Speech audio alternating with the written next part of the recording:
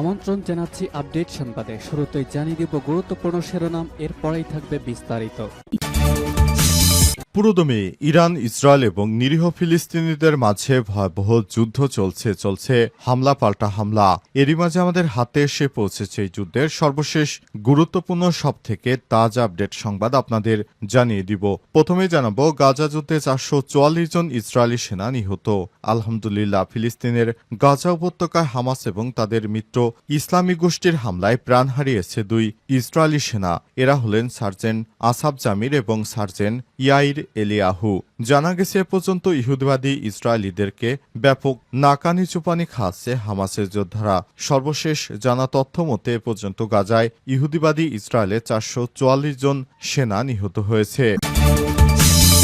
এরপর জানাবো, আদালতে করা আবেদন খারিজ, ব্রিটেনে নিষিদ্ধ হচ্ছে প্যালেস্টাইন অ্যাকশন। যুক্তরাজ্যে ফিলিস্তিনপন্থী সক্রিয় সংগঠন প্যালেস্টাইন অ্যাকশনকে সন্ত্রাসী সংগঠন হিসেবে ঘোষণা করে নিষিদ্ধ করার সিদ্ধান্ত আপাতত কোনো আইনি বাধা থাকছে না। আজ লন্ডনের হাইকোর্ট এবং পরে কোর্ট অব আপিলে এই নিষেধাজ্ঞা কার্যকরের বিরুদ্ধে করা আবেদন খারিজ করে দিয়েছে। এদিকে যুদ্ধবিরতির প্রস্তাবে ইতিবাচক মনোভাব হামাসের। ফিলিস্তিনি স্বাধীনতাকামী সংগঠন হামাস জানিয়েছে, যুক্তরাষ্ট্রের মধ্যস্থতায় গাজায় যুদ্ধবিরতির প্রস্তাবে তারা ইতিবাচক মনোভাব দেখিয়েছেন। পাশাপাশি এই চুক্তি বাস্তবায়নের প্রতিক্রিয়া নিয়ে আলোচনায় বসার জন্য সম্পূর্ণ প্রস্তুত বলে জানিয়েছে সংগঠনটি। প্রস্তাবে জিম্মি মুক্তি সংঘাত শেষ করার বিষয়ে আলোচনার কথা বলা হয়েছে। আজ বার্তা সংস্থা রয়টার্সের এক প্রতিবেদন থেকে এই তথ্য নিশ্চিত করা হয়। এদিকে নতুন স্থানে পারমাণবিক কর্মসূচি শুরু করতে পারে ইরান, বললেন ট্রাম্প। মার্কিন প্রেসিডেন্ট ডোনাল্ড ট্রাম্প বলেছেন, ইরান তাদের পারমাণবিক কর্মসূচি নতুন গোপন স্থানে পুনরায় শুরু করতে পারে। তিনি আরও বলেছেন, তেহরান এখনও ইউরেনিয়াম সমৃদ্ধকরণ বন্ধ করেনি এবং আন্তর্জাতিক পরিদর্শনেও সম্মতি দেয়নি। এবং সর্বশেষ জানাবো, ফরিদপুরে একে আজাদের বাড়িতে হামলা, গণতন্ত্র মঞ্চের নিন্দা। ফরিদপুরে হামিম গ্রুপের ব্যবস্থাপনা পরিচালক ও বিশিষ্ট শিল্পপতি একে আজাদের বাড়িতে সংগঠিত হামলার ঘটনায় গভীর উদ্বেগ ও তীব্র নিন্দা জানিয়েছে গণতন্ত্র মঞ্চ। একই সঙ্গে চট্টগ্রামের পটিয়া এবং লালমনিরহাটের পাটগ্রামে রাজনৈতিক পরিচয়ের ভিত্তিতে মব হামলা এবং পুলিশের কাছ থেকে আসামি ছিনিয়ে নেওয়ার ঘটনায় ক্ষোভ প্রকাশ করেছে মঞ্চের নেতারা। প্রিয় দর্শক, এতক্ষণ শুনছিলেন সংবাদ শিরোনাম, এবারে বিস্তারিত। তবে তার আগে বন্ধুরা, অনুরোধ থাকবে এই সংবাদটিতে একটি লাইক দিন। এই চ্যানেল আপনি নতুন হয়ে থাকলে আমাদের সংবাদটি দেখতে দেখতে চ্যানেলটি সাবস্ক্রাইব করে রাখুন। কমেন্ট করে বন্ধুরা আপনার মূল্যবান মতামত জানিয়ে দিন আপনি বিশ্বের কোন দেশ থেকে বা বাংলাদেশের কোন স্থান থেকে আমাদের সংবাদটি দেখছেন এবং শুনছেন। আর বন্ধুরা, গাজা যুদ্ধে আপনি যদি নিরীহ ফিলিস্তিনিদের ভালোবেসে থাকেন, কমেন্টে ইয়েস লিখে বিশ্ববাসীকে জানিয়ে দিন। সংবাদটি আপনার সোশ্যাল মিডিয়া ফেসবুকে শেয়ার করে বন্ধুদেরও দেখার সুযোগ করে দিন। এবারে বিস্তারিত। গাজা যুদ্ধে 444 জন ইসরায়েলি সেনা নিহত।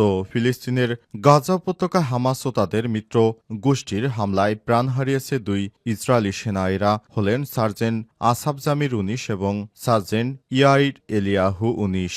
আসাব জামিরের বাড়ি ইসরায়েলের বিমনা শহরে। তিনি ইসরায়েলি সেনাবাহিনীর 53তম আর্মড ব্যাটালিয়নের সৈনিক ছিলেন। শুক্রবার দক্ষিণ গাজায় ইসরায়েলি বাহিনীর অভিযান চলাকালে ট্যাঙ্ক বিস্ফোরণে তিনি নিহত হন। এ সময় আরও 2 সেনা আহত হয়েছে। অপরদিকে আর ইয়াইর এলাহুর বাড়ি ইসরায়েলের এজের শহরে। তিনি ইসরায়েলি সেনাবাহিনীর গাজা ডিভিশনের নর্দার্ন ব্রিগেডের একজন কমব্যাক্ট ইঞ্জিনিয়ারিং সৈনিক ছিলেন। রকেটের আঘাতে ভারী সাজোয়া যান বিস্ফোরণে তিনি নিহত হয়েছেন।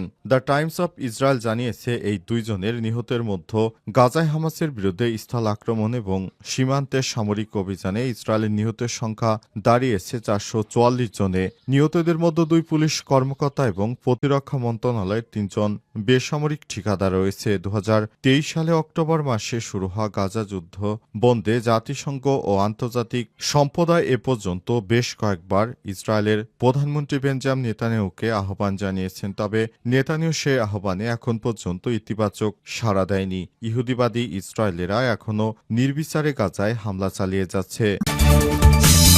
আদালতে করা আবেদন খারিজ, ব্রিটেনে নিষিদ্ধ হচ্ছে প্যালেস্টাইন অ্যাকশন। যুক্তরাষ্ট্রে ফিলিস্তিনিপন্থী সক্রিয় সংগঠন প্যালেস্টাইন অ্যাকশনকে সন্ত্রাসী সংগঠন হিসেবে ঘোষণা করে নিষিদ্ধ করার সিদ্ধান্ত আপাতত কোনো আইনি বাধা থাকছে না। স্থানীয় সময় আজ লন্ডনের হাইকোর্টে এবং পরে কোর্ট অফ আপিলে নিষেধাজ্ঞা কার্যকরের বিরুদ্ধে করা আবেদন খারিজ করে দিয়েছে। ফলে মধ্যরাত থেকে যুক্তরাজ্যে সংগঠনটির কার্যক্রম সম্পূর্ণ বেআইনি করা হয়েছে। প্যালেস্টাইন অ্যাকশনের সভাপতি হুদা আম্মেরি 2020 সালে সংগঠনটি গঠনের পর থেকে যুক্তরাজ্যে ইসরায়েলি সামরিক শিল্পের বিরুদ্ধে সক্রিয় আন্দোলন করে আসছিল। তিনি যুক্তরাজ্যের হাইকোর্টে আবেদন করেন যে জুলাই মাসের শেষ দিকে যে পূর্ণাঙ্গ শুনানি হচ্ছে তার আগে অন্তত এই সন্ত্রাসী সংগঠন ঘোষণা সিদ্ধান্ত স্থগিত করা হোক। কিন্তু গত বিকেলে হাইকোর্টের সেই আবেদন খারিজ করে দেওয়া হয়েছে। এরপর রাতে আপিল কোর্টে জরুরি শুনানির আবেদন করা হয়। সেখানে রাত 9:30টার পর আবেদন খারিজ করে দেওয়া হয়েছে। এর আগে গেল বুধবার যুক্তরাজ্যের পার্লামেন্টে ভোটের মাধ্যমে প্যালেস্টাইন অ্যাকশনকে সন্ত্রাসী সংগঠন হিসেবে তালিকাভুক্ত করার সিদ্ধান্ত গৃহীত হয়। হাউস অব কমন্সে এই সংক্রান্ত প্রস্তাবটি 385/26 ভোটে গৃহীত হয়েছে। নিষিদ্ধের কারণে বলা হয়েছে, গত মাসে সংগঠনটির কর্মীরা রয়্যাল এয়ারফোর্স বা RAF এর একটি ঘাঁটিতে ঢুকে দুটি যুদ্ধবিমানে লাল রং সিটে প্রতীকী প্রতিবাদ জানিয়েছিল। তারা এর মাধ্যমে যুক্তরাজ্যে ইসরায়েলপন্থী অবস্থান এবং গাজার উপর চলমান ইসরায়েলি হামলার সমর্থনের প্রতিবাদ করে।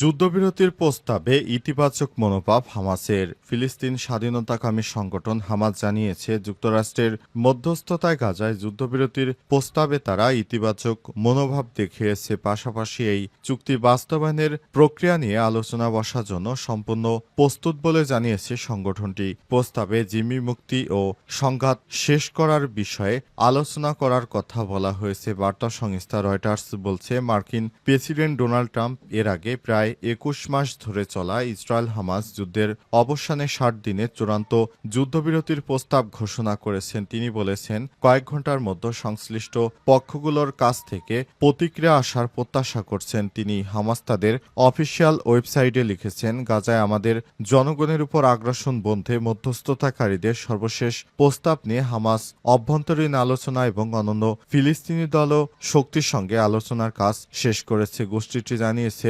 ভাতৃপ্রতিম মধ্যস্থতাকারীদের কাছে ইতিবাচক মনোভাব নিয়ে তারা তাদের প্রতিক্রিয়া দিয়েছে। এছাড়াও এই কাঠামো বাস্তবায়নের জন্য আলোচনায় নন পূর্বে অংশে হামাস সম্পূর্ণভাবে প্রস্তুত এবং সম্পূর্ণ আন্তরিক বলে জানা গেছে। তবে এখনও দুই পক্ষের মধ্যে চ্যালেঞ্জ থেকে যাওয়ার ইঙ্গিত পাওয়া গেছে। হামাসের মিত্র ফিলিস্তিনি সশস্ত্র গোষ্ঠীর এক কর্মকর্তা জানিয়েছেন, মানবিক সহায়তা, মিশরের রাফা সীমান্ত পারাপার এবং ইসরায়েলি সেনা প্রত্যাহারের সময়সূচি নিয়ে এখনও উদ্বেগ রয়ে গেছে। মিশরের এক নিরাপত্তা কর্মকর্তা রয়টার্সকে জানিয়েছেন, কাতারের সঙ্গে মিলেমিশে মিশর যুদ্ধবিরতির মধ্যস্থতা করছে। তারা হামাসের প্রতিক্রিয়া পেয়েছে এবং বলছে এতে চুক্তির কাছাকাছি এসেছে বলে ইতিবাচক ইঙ্গিত রয়েছে। তবে হামাসের কিছু দাবি রয়েছে যেগুলো নিয়ে কাজ করতে হবে। একে আজাদের বাড়িতে হামলা, গণতন্ত্র মঞ্চের নিন্দা। ফরিদপুরে হামিম গ্রুপের ব্যবস্থাপনা পরিচালক ও বিশিষ্ট শিল্পপতি একে আজাদের বাড়িতে সংঘটিত হামলার ঘটনায় গভীর উদ্বেগ ও তীব্র নিন্দা জানিয়েছে গণতন্ত্র মঞ্চ। একই সঙ্গে চট্টগ্রামের পটিয়া লালমনিরহাটের পাটগ্রামে রাজনৈতিক পরিচয় ভিত্তিতে মব হামলা এবং পুলিশের কাছ থেকে আসামি ছিনিয়ে নেওয়ার ঘটনায় ক্ষোভ প্রকাশ করেছেন মঞ্চের নেতারা।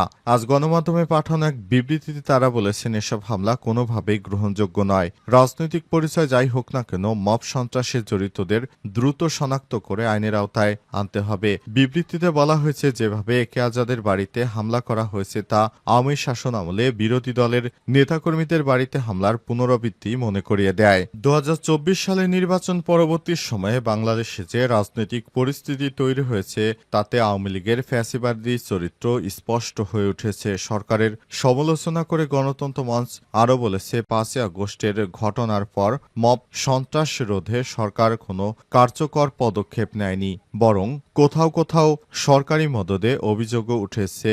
এর ধারাবাহিকতায় দেশের বিভিন্ন স্থানে রাজনৈতিক সহিংসতা বাড়ছে, যা উদ্বেগজনক। তারা আরও বলেছেন, সরকার মব সন্ত্রাসে লাগাম এখনই না টানলে এর দায় সম্পূর্ণভাবে তাদেরকেই নিতে হবে। তারা অবিলম্বে পটিয়া চট্টগ্রাম থানার ঘটনায় জড়িতদের আইনের আওতায় আনার আহ্বান জানিয়েছেন।